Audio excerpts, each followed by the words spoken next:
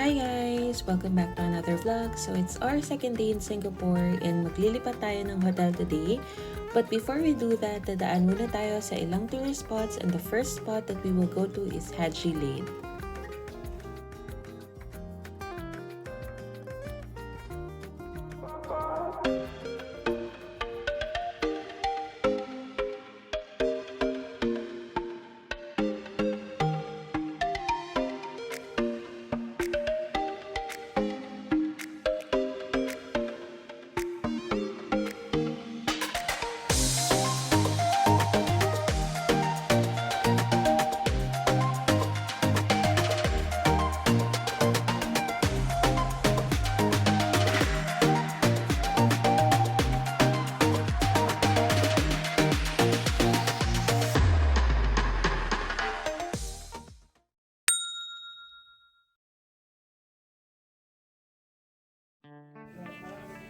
So ito guys yung front door ng hotel namin. Sobrang liit lang niya and ito yung nilakaran namin. So gusto ko lang ipakita sa inyo dito kung gaano kalayo talaga yung nilakaran namin. So ito yung daan niya papunta sa Haji Lane. So dire-diretso lang yan. So since madadaanan nga namin yung Haji Lane papuntang MRT station. So, dumaan na rin talaga kami kahit na bit-bit pa namin yung mga gamit namin. Tapos, ito yung Sultan Mosque na daanan namin. Ayan, nagpa-picture din kami dyan. And then, dumiretso na kami sa Haji Lane.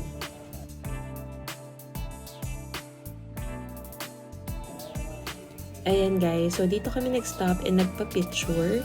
And sarado pa yan yung mga bar and yung mga stores dyan nung dumaan kami kasi maaga pa. It's around 9 in the morning. Dito, diretso dun.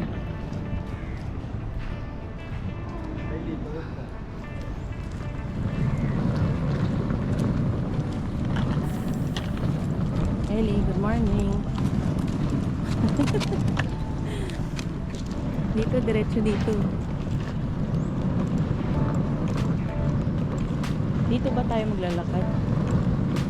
Sa kalsada.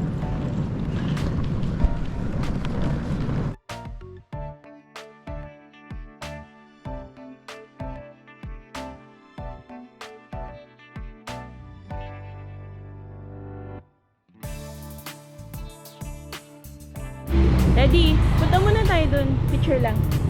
Hindi ka na. Daddy.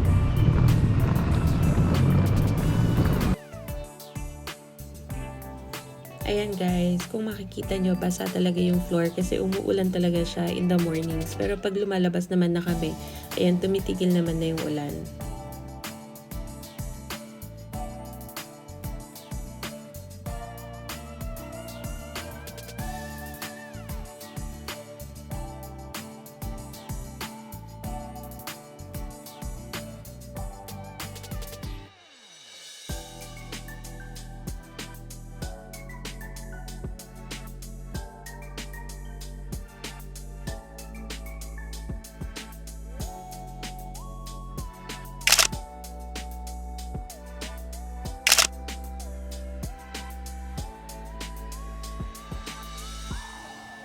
Ayan guys, so actually sarado pa yung mga kainan, yung mga stores. Pagka maaga, mga around 9 o'clock na yan eh. Ang open lang for breakfast mostly is yung mga coffee shops talaga.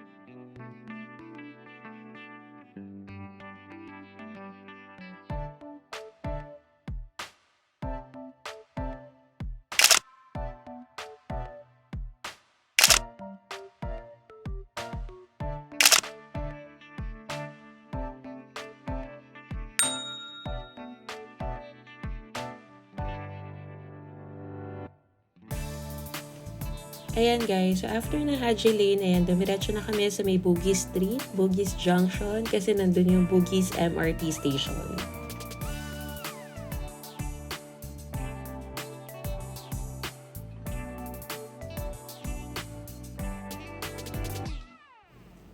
Ayan, from Haji Lane, ito ulit yung nilakaran namin. Ayan, super layo na nilakad talaga namin. Kaya first day pa lang ng pag-ikot namin dun sa Singapore, talagang napasabak kami sa lakaran.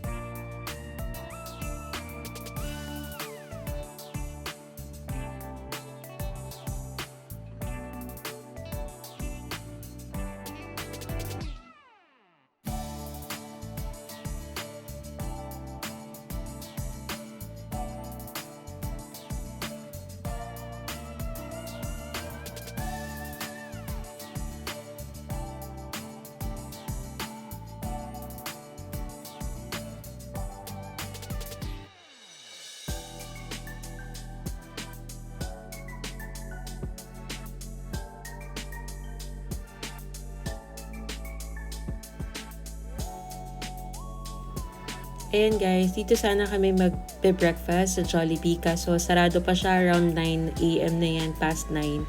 So sarado pa siya. And also yung mga stores dito sa Bugis Street, ito kasi yung bilihan ng souvenir, so sarado pa rin yan around 9 AM. So 10 o'clock ata sila nagbubukas or 10:30. Kaya tumawid kami doon sa may Bugis Junction, tapos buti na lang yung McDonald's bukas na for breakfast. So doon na kami nag-breakfast. Tapos katapat ng McDonald's merong Starbucks, kaya doon din kami bumili ng tumbler namin na Starbucks. Tapos dito guys, yung Bugis Junction, so dyan na kami pumasok para mag-MRT.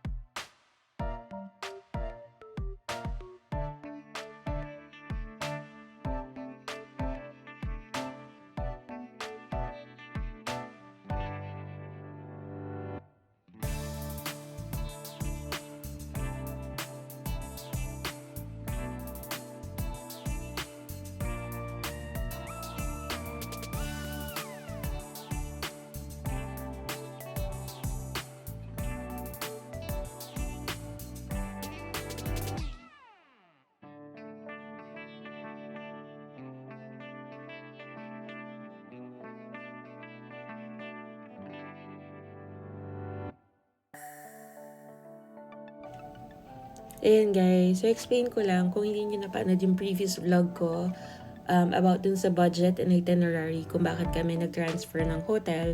So yung first hotel kasi namin, sobrang liit lang niya, and yun na kasi yung cheapest accommodation na nakita namin. Just for a few hours lang na tinulog namin, actually from 2 AM in the morning up to 7 AM lang kami nandun sa hotel na yun.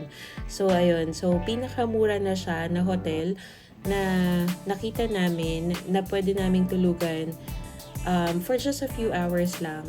Tapos saka kami nag-transfer sa Furama Riverfront Hotel na pinagstayan talaga namin for our whole stay in Singapore.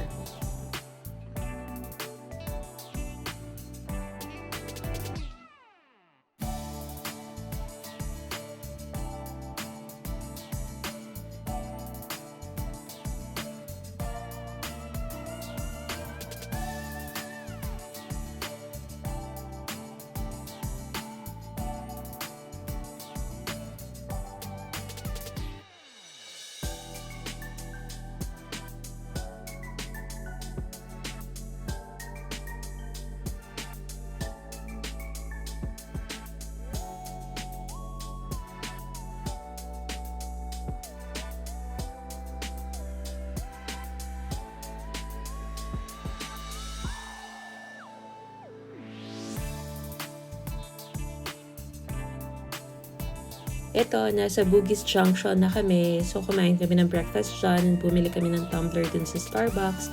And then, we just decided na babalikan na lang namin yung Bugis Street for the pasalubong. Instead na ngayon kami babalik ulit doon. Tatawid kasi kami ulit dun sa kabila. At bit-bit namin yung mga gamit namin. So, ayun.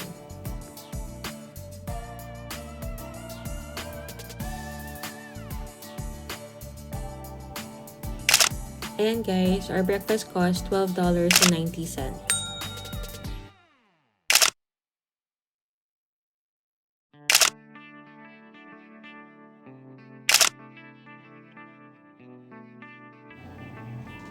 That's it for this video guys. Thank you for watching and see you guys again on the next vlog.